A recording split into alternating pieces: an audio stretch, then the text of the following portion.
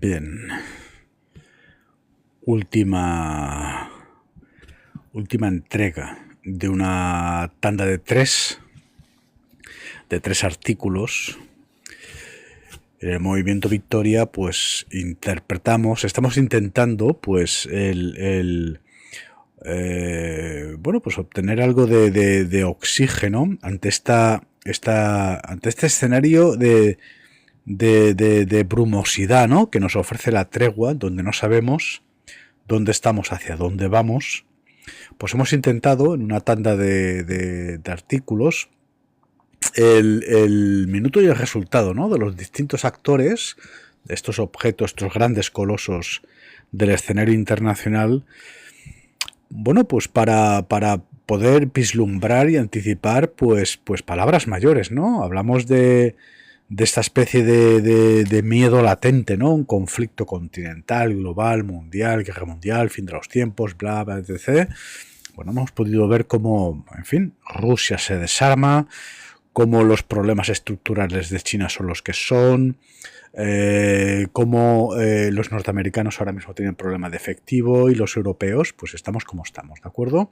Así que voy a pasar a la lectura de esta última tanda, y a partir de aquí, bueno, pues como mínimo vamos a tener la oportunidad de recordar que hacemos copia de seguridad, que publicamos en nuestros perfiles tanto en Taito como en YouTube para vuestra consulta, forma parte de la hemeroteca, insisto, hemos aprovechado esta situación brumosa que nos ofrece la tregua para analizar al milímetro, con bisturí, análisis geopolítico, económico, de los distintos actores, objetos que componen, bueno, pues un escenario de un conflicto mundial, ¿no? El orden mundial, atentos, el orden mundial, y pasamos a materia. Estaría atento a vuestros comentarios, dudas y sugerencias. Veo que ya el chat está activo y operativo, perfecto. Como digo, el orden mundial unipolar, que definió la política global desde el fin de la Guerra Fría, está llegando a su fin.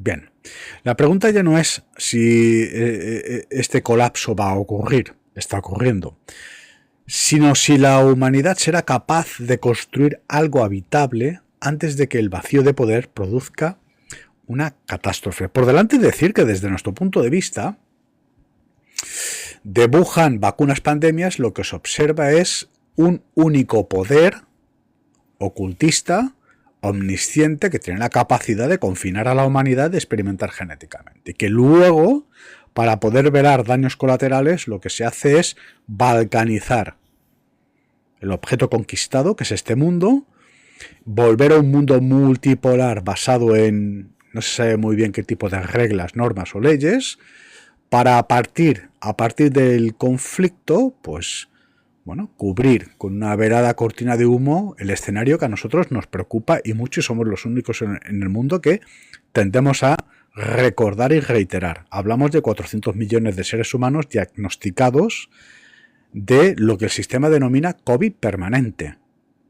Cuando leemos la letra pequeña nos encontramos la demencia, y se da la circunstancia que la demencia hoy es la segunda causa de mortalidad en España.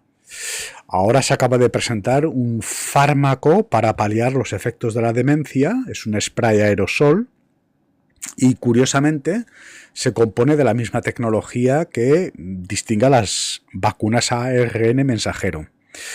Ahí lo dejamos, ¿no? Es decir, el mundo es unilateral, global y alienante. Se vacuna, se confina, perfecto, y a partir de aquí se hormonan los escenarios de la guerra, y a partir de la caotización se intenta articular la logística de un nuevo mundo. Bien, el fin de la supremacía global norteamericana, lo que viene después podría ser más peligroso de lo que tenemos ahora. Lo que los principales medios de comunicación raramente articulan con claridad es esto, 2 puntos. Estados Unidos no solo está en declive relativo, sino que su periodo de dominio global indiscutible ya está llegando a su fin. Ese debate, que durante años dividió a analistas y académicos, ha concluido. La verdadera pregunta ahora es ¿qué viene después? Y si el mundo está preparado para ello. Esto no es un ciclo electoral más, ni una recesión pasajera, ni un enfrentamiento geopolítico que pueda resolverse en una cumbre diplomática. Bueno, lo que estamos viendo es algo de mayor calado. El colapso del orden mundial unipolar que ha estructurado la política, la economía y la seguridad global desde 1991. Y lo que sigue a ese colapso puede ser más inestable, más fragmentado y más peligroso de lo que la mayoría, pues están dispuestos a admitir. Los tres pilares que sostuvieron un imperio. Entramos al detalle. Para comprender la magnitud de lo que está ocurriendo es necesario partir de un punto que muchos analistas superficiales pasan por alto. 2 puntos. El poder estadounidense nunca fue exclusivamente militar. Los portaaviones, las bases repartidas por el mundo y los presupuestos de defensa eran expresiones visibles de una arquitectura mucho más profunda. El verdadero fundamento de la hegemonía estadounidense descansaba sobre 3 pilares independientes. Por un lado, el dólar como moneda de reserva mundial y tiembla, la capacidad de moldear la narrativa global sobre legitimidad y orden, y se tambalea, y una red de alianzas e instituciones capaces de convertir ese poder en una realidad tangible.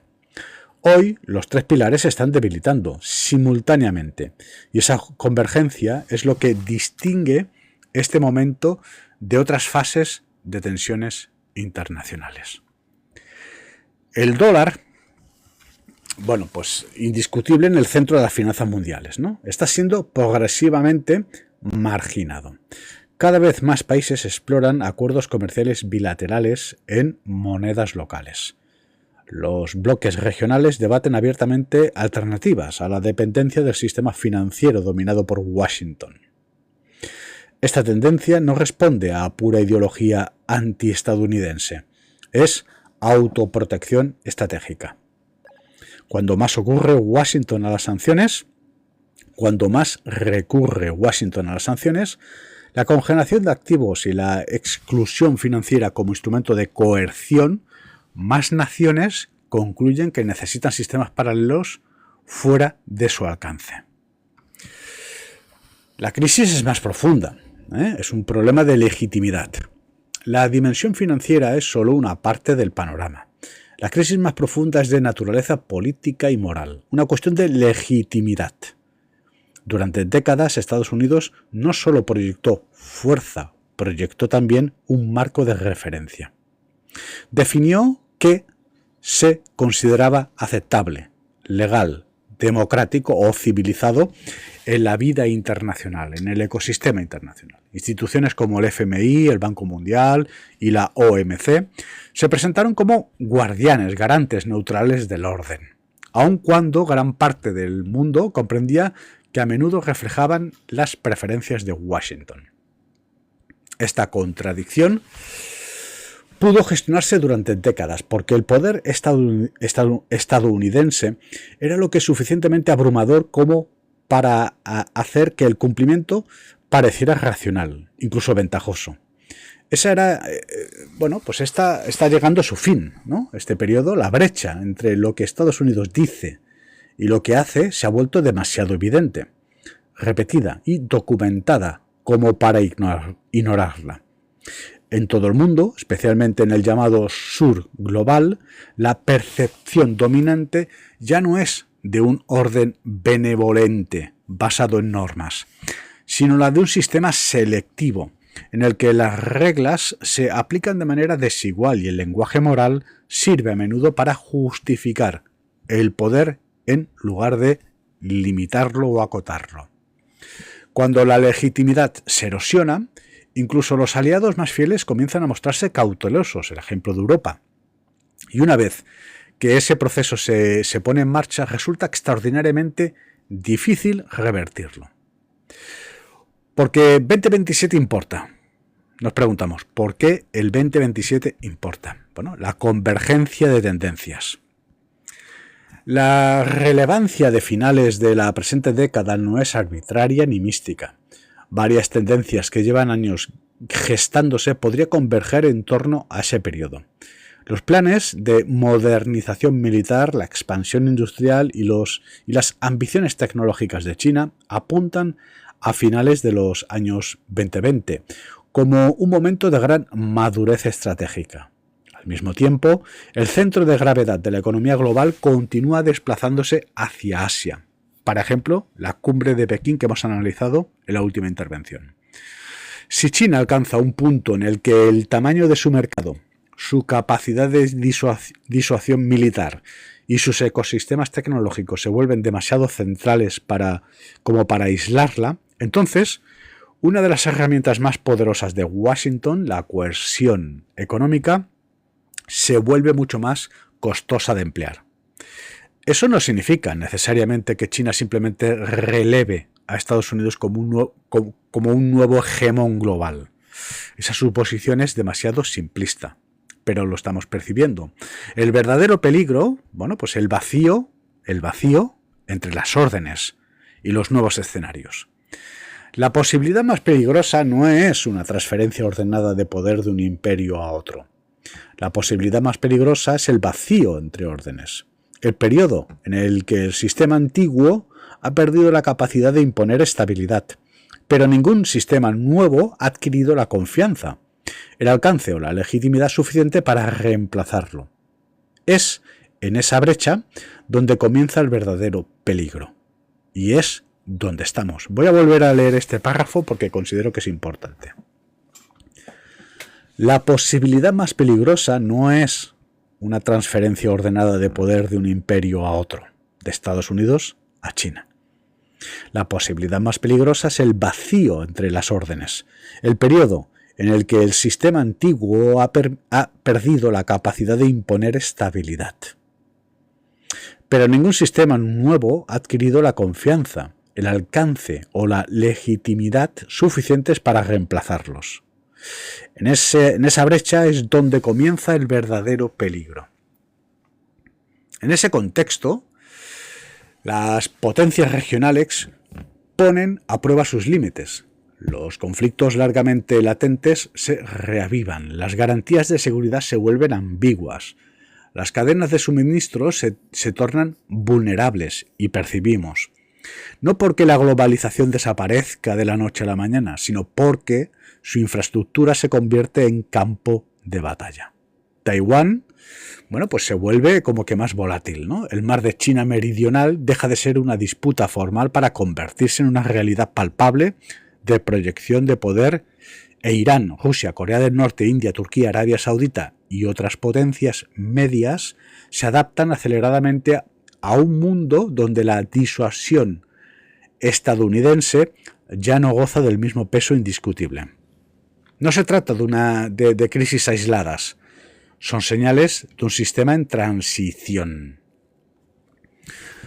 Bueno, un mundo sin árbitros, ¿no? La multipolaridad sin reglas. El problema central radica en que las instituciones destinadas a gestionar el orden mundial fueron diseñadas para un mundo con un único centro de gravedad dominante. No fueron concebidas para una verdadera multipolaridad, es decir, para un mundo en que varias grandes potencias poseen una enorme capacidad destructiva, filosofías políticas radicalmente distintas o visiones incompatibles de soberanía, orden y legitimidad. Las diferencias son producidas, profundas y estructurales. Estados Unidos se expresa en términos de universalismo liberal. China enfatiza la soberanía y la no injerencia. Rusia, por ejemplo, piensa en términos de esferas de influencia y profundidad civilizatoria. India busca la autonomía estratégica en lugar de la lealtad a un bloque. Estas no son discrepancias menores susceptibles de negociación diplomática. Son modelos de orden mundial en competencia y no existe un arbitraje que lo acepte y que lo regule todo. Las consecuencias son bien palpables en nuestra vida cotidiana. Para la mayoría de personas, este análisis puede sonar abstracto, lo entendemos. Pero la transición sistémica que estamos describiendo no permanecerá confinada a los grandes despachos de los diplomáticos o a los informes de los think tanks. No, no. Se manifestará de maneras concretas y cotidianas. En los precios, por ejemplo, de los bienes de consumo, en la escasez de determinados productos, en la inestabilidad financiera, en el coste de la energía, en la fragilidad de los sistemas alimentarios, en la fragmentación tecnológica, en nuevas restricciones comerciales y en las sanciones crecientes de que el mundo ya no se rige por un conjunto de reglas predecibles. Las crisis de la primera mitad de la década del 2020, pandemias, guerras en Europa, tensiones Indo-Pacífico, shocks energéticos, bueno, pues podrían ser la advertencia, no excepciones. La pregunta relevante no es si estos fenómenos se repetirán, sino si las sociedades estarán mejor preparadas para absorberlos, estos golpes. Bueno, la nostalgia, pues no es una estrategia. Nosotros, repetimos, para los que se incorporan, pues aprovechando las brumas abstractas de esta tregua, estamos analizando objeto por objeto los protagonistas de lo que, bueno, previsiblemente puede ser un conflicto mundial. Bien, estamos fiscalizando, haciendo balance. Y lo que se observa es 4 grandes objetos: China, Rusia, Europa, Estados Unidos, y cómo los mejor posicionados son aquellos cuyos proyectos miran hacia el futuro, y los que están pagando la peor factura son aquellos cuyos proyectos miran hacia el pasado.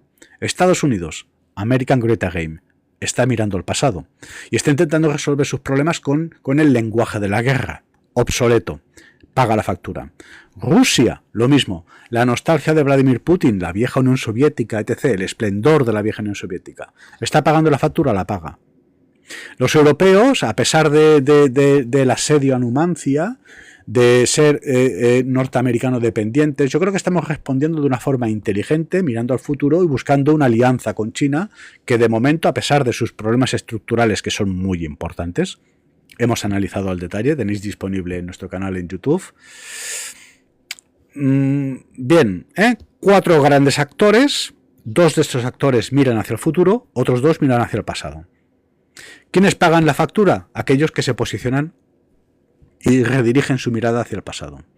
¿Quiénes de momento están mostrando ciertas luces y obteniendo algo de oxígeno? Aquellos que observamos hacia el futuro. Vamos a imaginar que mañana, Dios no lo quiera, entráramos en un conflicto continental, la vieja Europa, con la Federación Rusa, que cada día es un escenario que se diluye más. ¿Por qué? Porque los rusos son 4 años de operativa, de desgaste, y la factura es elevadísima. Es decir, Rusia se desarma y se desangra. ¿Correcto? Entonces, nosotros nos ha parecido oportuno, aprovechando las brumas de esta tregua, pues hacer un balance fiscal, si me lo permiten, de cada uno de estos objetos. Empezamos con China, sus problemas estructurales, problema demográfico, vamos a recordar, problema de la vivienda, problema de esta inflación y problema de deuda. ¿Correcto? Es decir, es un gigante en vías de descomposición. Bien, Europa, problemas comunicaciones, problema de norteamericano dependencia y problema de hidrocarburos y gas licuado por resolver. Unión Soviética, la vieja Unión Soviética que hoy denominamos Federación Rusa, bueno, es que prácticamente se han situado en el siglo XIX, es decir, para hacernos una idea, ahora mismo el ejército ruso puede iniciar incursiones en territorio ucraniano, pues utilizando pues logística tercermundista, es decir, van con motocicletas, es decir, el golpe que se ha llevado la Rusia de Vladimir Putin es importante, los últimos 4 ya va para 5, ¿no? Entonces, ¿que va a tener la suficiente materia prima y oxígeno para plantear un desafío contra Europa? Bueno, yo creo que ahora mismo está en una posición bastante frágil y lo más inteligente sería rubricar pues una paz negociada que aporte cierto beneficio a los rusos, llámese Crimea, llámese Lugansk o Donbass, y luego a partir de aquí tal.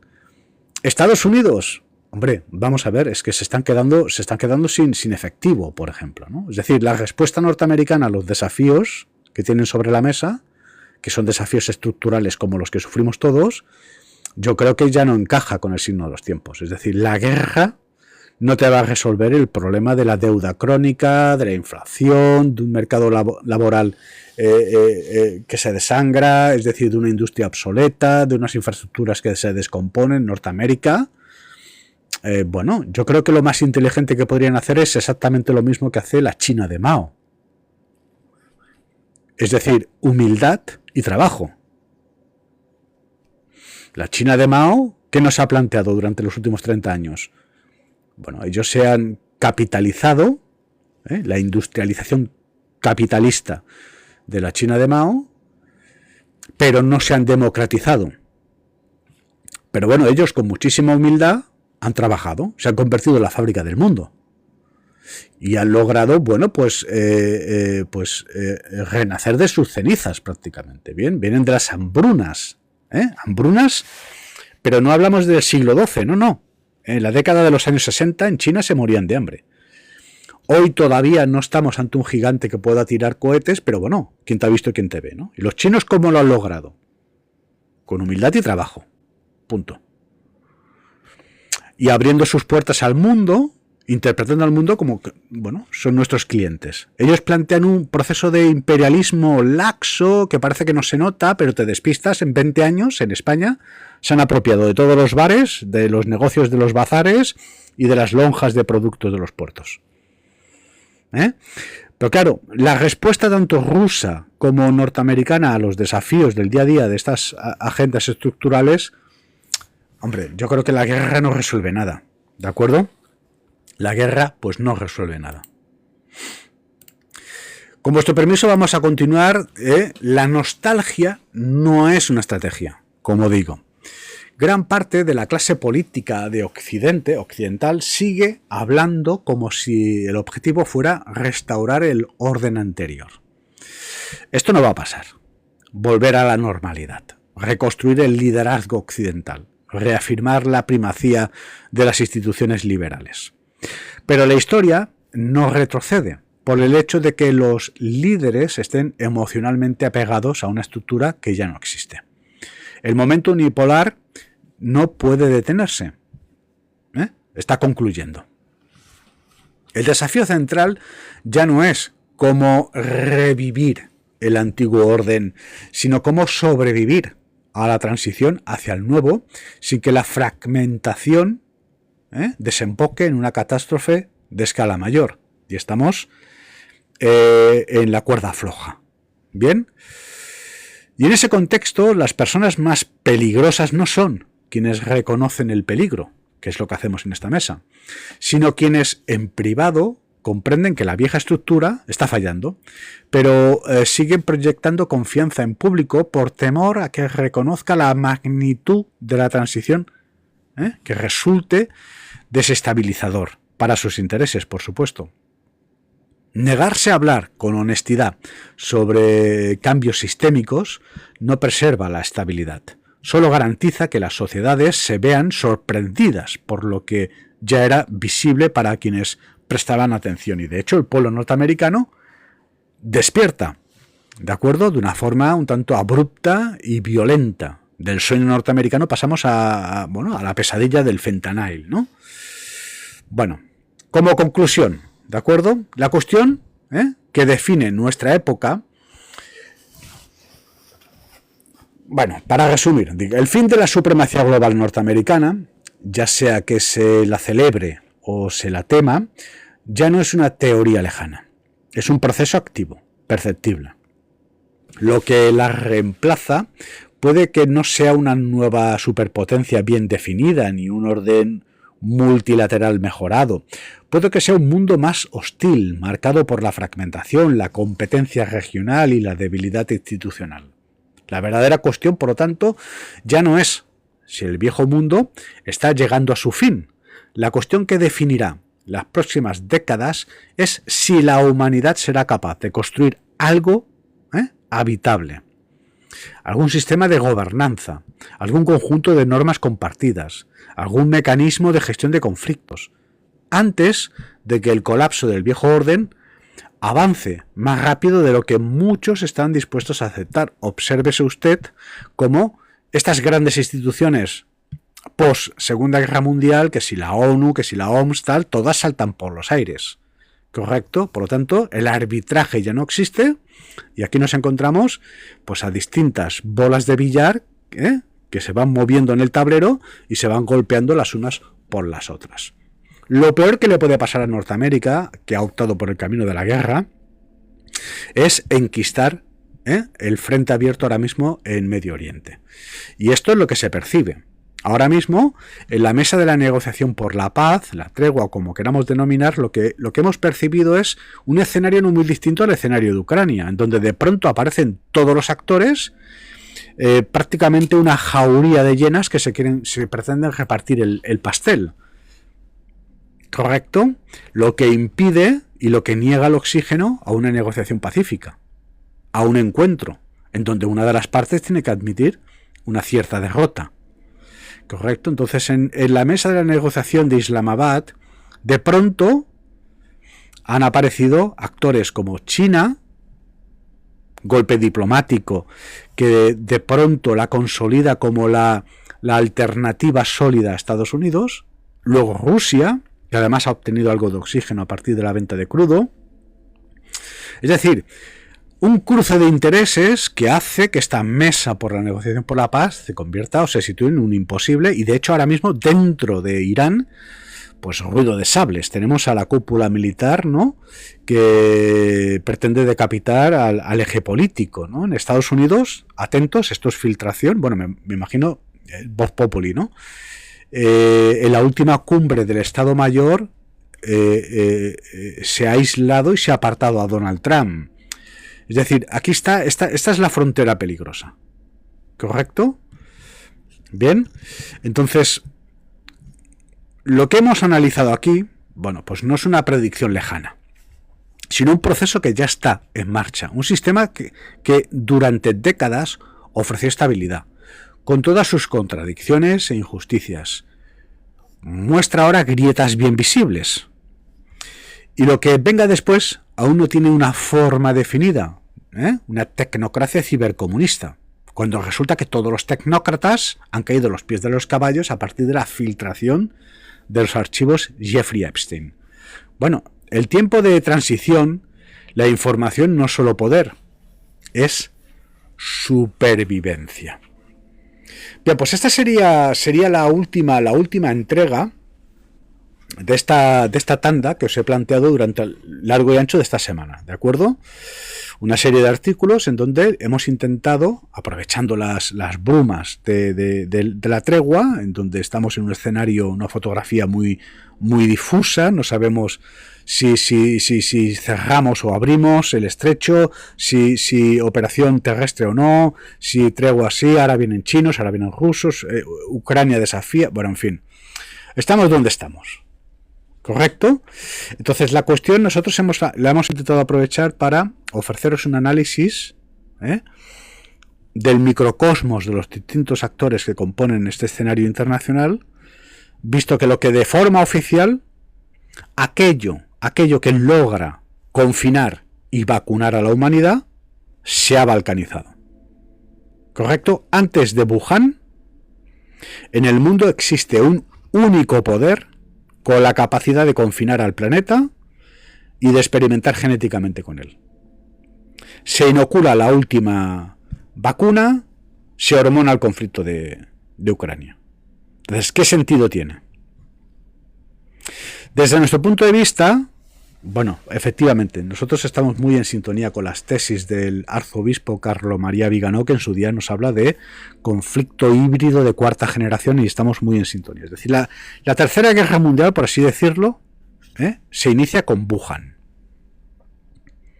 En el momento en que Emmanuel Macron y Donald Trump se reúnen en la Casa Blanca y en sus jardines plantan un árbol. De sus raíces, vacunas, pandemias. Entonces, observen ustedes cómo tanto Macron como Trump, pues prácticamente 8 años, con una misma narrativa simétrica. El distanciar Europa de Estados Unidos de Europa, cuando se da la circunstancia que ambos objetos adquieren un status quo gracias a su unión. Es decir, en contra de nuestros intereses. Por lo tanto, se percibe la agenda, se percibe la preparación de lo que vendría después. Perfecto. Desde mi punto de vista, Hiroshima-Nagasaki es esto.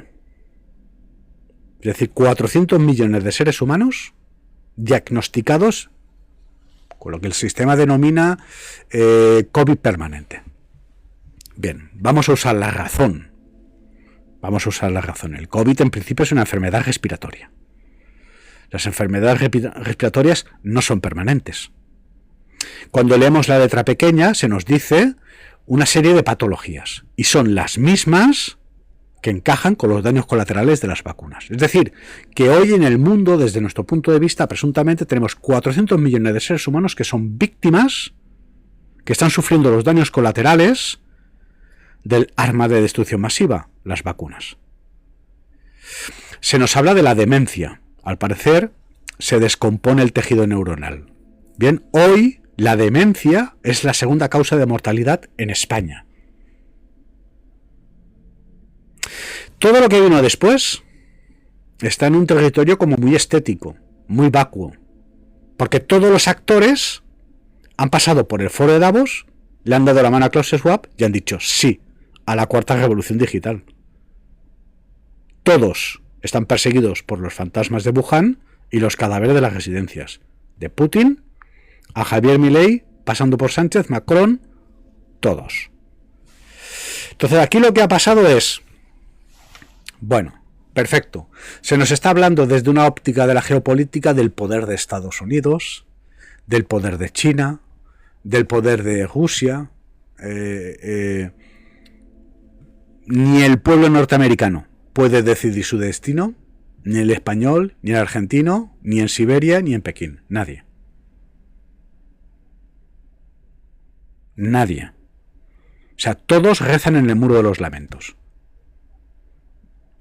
La cuestión internacionalista. Todos.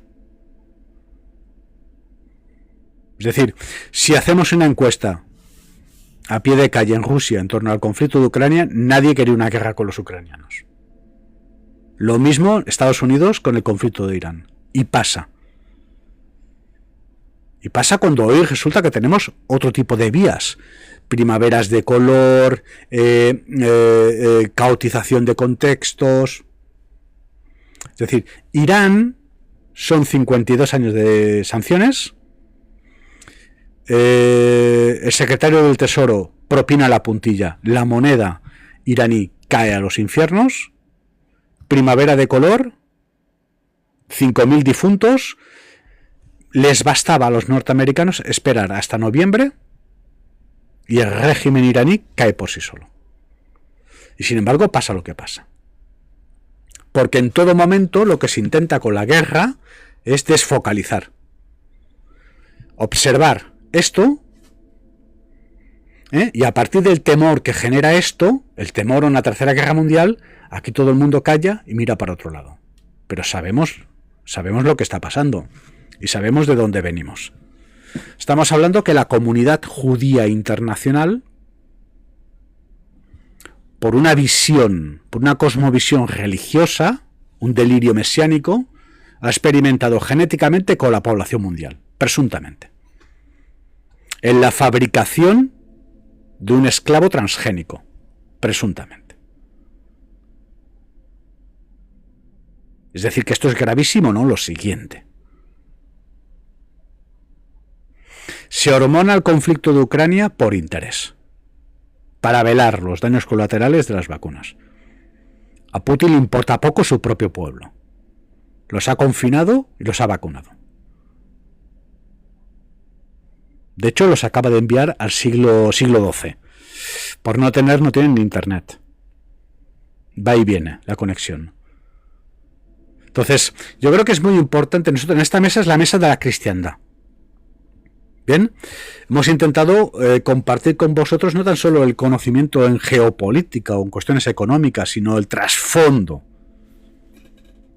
Es decir, en función de principios bíblicos, voy a enumerar, son 3. Primero, postulados salomónicos. Con el dinero compraré sus almas. Y esto ha pasado. Esto es la modernidad. con el control de la emisión de la moneda, han comprado sus almas. Las almas de la humanidad. Una humanidad que pasa de personas que se conmueven por pasión y por amor a Dios. ¿Bien? Es decir, Johann Sebastian Bach compone lo que compone por amor y por pasión a Dios, a lo que es la criatura de la modernidad. Pasamos de la persona al personaje. Este personaje cumple una función dentro de una ópera colectiva. ¿Correcto? Esto es Donald Trump, esto es Macron, esto es Netanyahu, esto es Sánchez, estos son todos. Es decir, son actores que interpretan un papel dentro de una función colectiva. ¿Correcto? Entonces, aquí lo grave es que la Tercera Guerra Mundial empieza con Wuhan. Esto es Hiroshima y Nagasaki. O sea, 400 millones de seres humanos que hoy el sistema diagnostica a partir del COVID permanente. Observen ustedes el siguiente detalle. De entrada, tanto Pfizer como el gobierno español, Sánchez Castejón, retiran fármacos indicados para enfermedades cardiovasculares, cuando se da la circunstancia que estas enfermedades forman parte, están en el top 1 de los daños colaterales de las vacunas. Ahora se nos está hablando de una vacuna contra el cáncer, cuando resulta que estas vacunas causan lo que la ciencia denomina cáncer turbo. Personas relativamente jóvenes, 26 años, que de la noche a la mañana desarrollan pues una metástasis. Es decir, causan el problema y te están vendiendo la solución. No tan solo se nos ha planteado un crimen lesa humanidad, que lo es, desde mi punto de vista, y añadimos el presuntamente, sino además se está haciendo negocio con ello. Las tres principales patologías que causan estas vacunas son cardiovasculares, ¿verdad?, la demencia, ¿correcto?, y el cáncer turbo. Y curiosamente son tres patologías que en el primer año de pandemia se retiran los fármacos y que ahora nos están vendiendo fármacos ARNM mensajero, el mismo componente que describe las vacunas. Hoy se ha presentado un aerosol para paliar la demencia. Y señores, la demencia es la segunda causa de mortalidad hoy en España. Entonces, estamos asistiendo a una guerra mundial, en donde tenemos un escenario en donde suceden cosas, perfecto, que afectan a nuestros bolsillos, que estamos todos atemorizados, pero que tenemos que hacer el esfuerzo, punto número 1, para situarnos por encima de nuestros propios pueblos y patrias, y en esta mesa durante 5 años lo hemos intentado. Esto ya no es una cuestión de izquierdas o de derechas, o de seamos españoles o norteamericanos. La comunidad judía internacional ha atacado a la humanidad. Punto. Y añadimos el presuntamente. Ellos han utilizado toda su área de influencia. Por un lado, el cabal, las finanzas. Por otro lado, el alquimista, es decir, la Big Pharma. Y luego, Silicon Valley, la tecnología. Se nos plantea conducirnos hacia un nuevo orden, una tecnocracia cibercomunista. Muchos están a favor de estas cuestiones, ¿no? La generación woke, bueno, oigan, que los ancianos viven demasiado, perfecto. Pero hoy tenemos a los tecnócratas a los pies de los caballos. Y aquí lo que se vislumbra, pues es que hemos abierto la puerta a un proceso de extinción humana. 400 millones, estamos hablando de la población, prácticamente, ¿no? No llega, pero prácticamente la población, tanto Estados Unidos como Europa. 400 millones de seres humanos diagnosticados, según nos dice el sistema, por COVID permanente. El COVID en principio es una enfermedad respiratoria de la familia del SARS, una neumonía bilateral. Bueno, las enfermedades respiratorias son estacionales, no son permanentes. Y las enfermedades respiratorias no descomponen el tejido neuronal. No tenemos constancia. Sin embargo, aquí, cuando se nos describe esta presunta patología, COVID permanente, lo que nos encontramos es que, efectivamente, problemas cardiovasculares, turbocáncer y descomposición del tejido neuronal. Entonces, este único poder que se oculta, ocultista, omnisciente y destructor, ha atacado a la humanidad. Y luego lo que hace es romper el tablero, él es el propietario del tablero, para que los distintos actores que están implicados en un crimen de lesa humanidad, vacunas y pandemias, a partir del lenguaje de la guerra, nos planteen lo que nos planteen. Es decir, que logran, a través de la intimidación y del terror que conllevan estos escenarios, que hoy el común de los mortales se levanta, va a trabajar como si aquí no pasara nada y ha pasado todo. Entonces mi obligación, siendo el único, creo, ahora mismo, que desde el minuto 1, bueno, todavía no teníamos, digamos, positivos en España, ¿no? Todavía no habían llegado a Lombardía, ya estábamos en nuestros canales, pues informando a la población de que lo que apreciábamos era voluntad, interés, determinación, por lo tanto un crimen lesa humanidad. Y mi obligación, pues como ser humano de bien y como persona de ley, pues es informaros y denunciarlo. Entonces, la guerra de Ucrania nos sobra. Es decir, Vladimir Putin puede acabar con Ucrania en 3 semanas. En 3 semanas, 10 millones de ucranianos abandonan la región. Sin embargo, ahí están. Ahí están, con motocicletas. Prácticamente el siglo XIX. Esta misma semana, ahora mismo se acaba de aprobar otro paquete de ayudas europeos, son 90.000 millones. ¿Por y para qué? ¿Por y para qué? ¿Para un conflicto regional? O sea, llevan 4 años y todo es una disputa de 200 metros.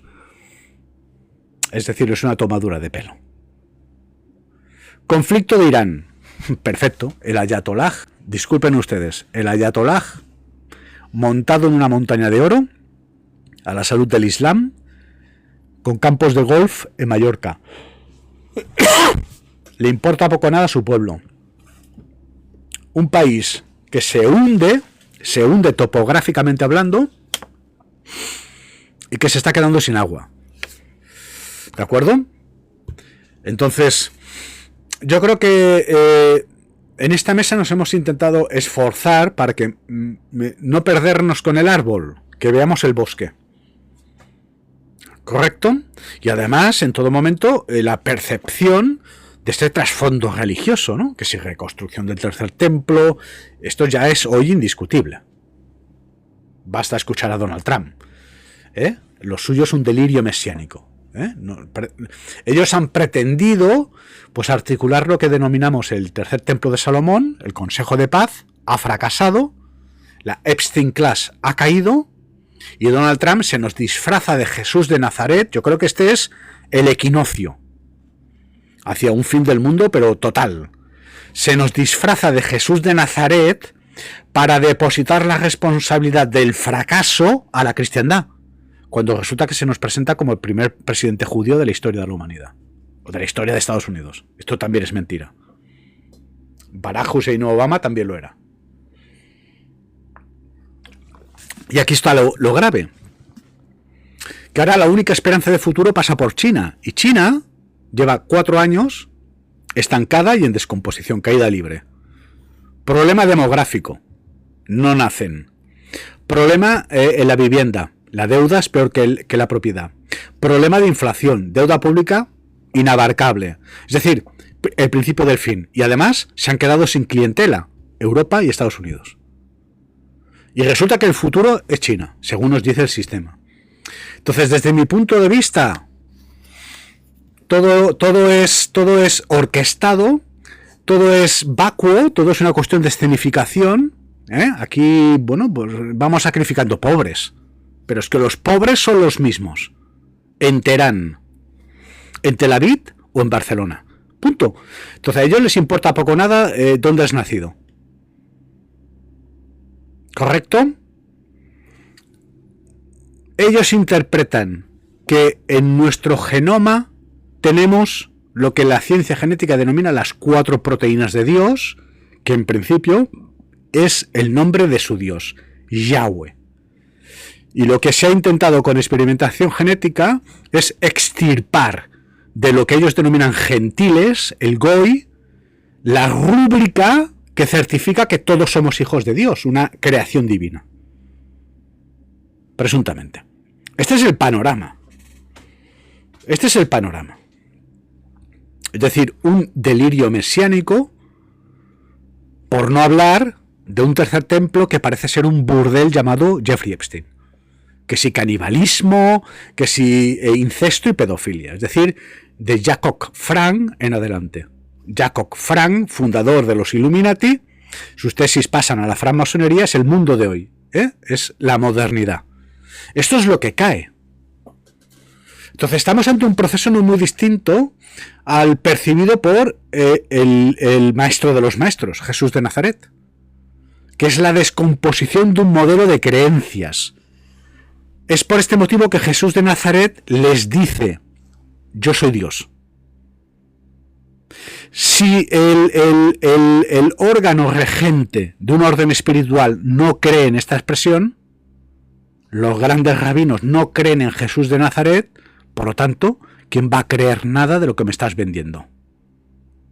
Porque ellos justifican su status quo a partir de la sacralización de su posición en el mundo. Hemos sido elegidos por Dios.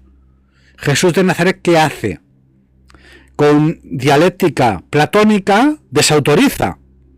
Porque si tú me estás diciendo que eres mi regente porque has sido elegido por Dios, yo soy Dios. Y si tú no crees en mí, ¿quién va a creer en ti? ¿Correcto? Entonces, estamos asistiendo a un proceso que es equidistante y simétrico. Por tanto, esta idea de Mesías está más cerca de lo que suelen articular, que son estafas piramidales,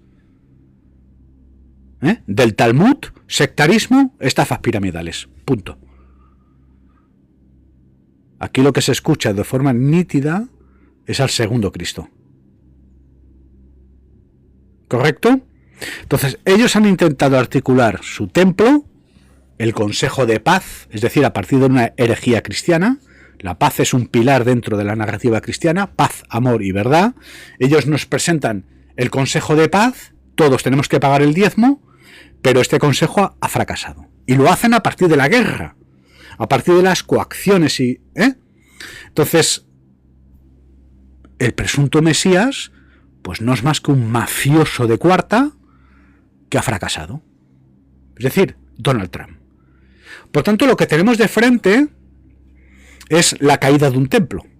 Es la caída de un modelo de creencias. ¿Qué vino después de Jesús de Nazaret? Esto es lo que debemos resolver. ¿De acuerdo? Entonces, 30 años de desierto. 30 años de desierto. En donde tan solo sobrevive aquel que se arrodilla ante Dios a partir de, atentos, ayuno, rezo y obediencia a Dios. Se está repitiendo la historia. Porque la historia, como el día y la noche, es un ciclo. La historia de la civilización humana es circular, porque la relación íntima, tanto de individuos como de colectivos con los astros, es más que perceptible. Del primer ser humano, Adán, y estamos ante el territorio de las metáforas, el primer ser humano, Adán, 2000 años, a otro primer ser humano, Noé. De Noé al Cristo, que es el ser humano universal, el año cero, pues otros 2000 años. Y del Cristo al segundo Cristo Redentor, 2000 años. Tenemos las señales astronómicas, ¿correcto? Además tenemos, pues se nos desvela al fin la identidad de los dos testigos. Enoc, Elías. ¿Bien? Llegará un instante, todos nosotros vamos a llegar a un instante de tan absoluta presión que de pronto vamos a percibir a Dios. ¿Correcto? Y futuras generaciones de todos nosotros sujetarán esa corona, la palabra Cristo, y la depositarán sobre la mente de un pensador que tendrá la capacidad de hacer, a partir del dolor, el sufrimiento y la conmoción que supone su sacrificio, de hacer trascender la conciencia humana hacia un nuevo paradigma. Esto es a lo que asistimos. Por así decirlo, a un proceso de transformación muy distinto al capullo que se transforma en mariposa. ¿Correcto? Va a haber un antes y un después. ¿Qué sucede? Que se pretende transformar el fracaso en un éxito. Esto es un problema, el no aceptar la realidad misma, ¿de acuerdo? Que conlleva pues experiencias traumáticas, guerras, parto de dolores. El parto de dolores, si observamos el dolor de la parturienta, por oleadas, por oleadas bélicas. Que estamos ante, bueno, las palabras del maestro, estamos. Es decir, de las 7 regiones, nos falta una, Anatolia, Turquía, ya estamos. Bien, la historia se repite. ¿Correcto? Mi consejo, pues abandona el papel que te asigna el sistema de personaje,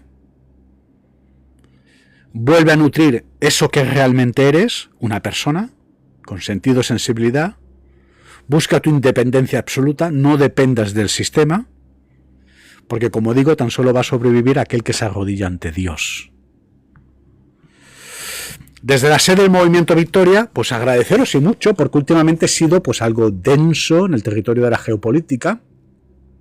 Espero haberos ilustrado más o menos. Yo creo que ahora nos podemos hacer una idea, ¿no? Esta semana ha sido una tanda intensa donde China, Europa, Estados Unidos, minuto y resultado. Ahora sabemos que estamos todos como estamos. Es decir, aquí no hay materiales para una guerra mundial, porque la guerra mundial ya la hemos sufrido prácticamente.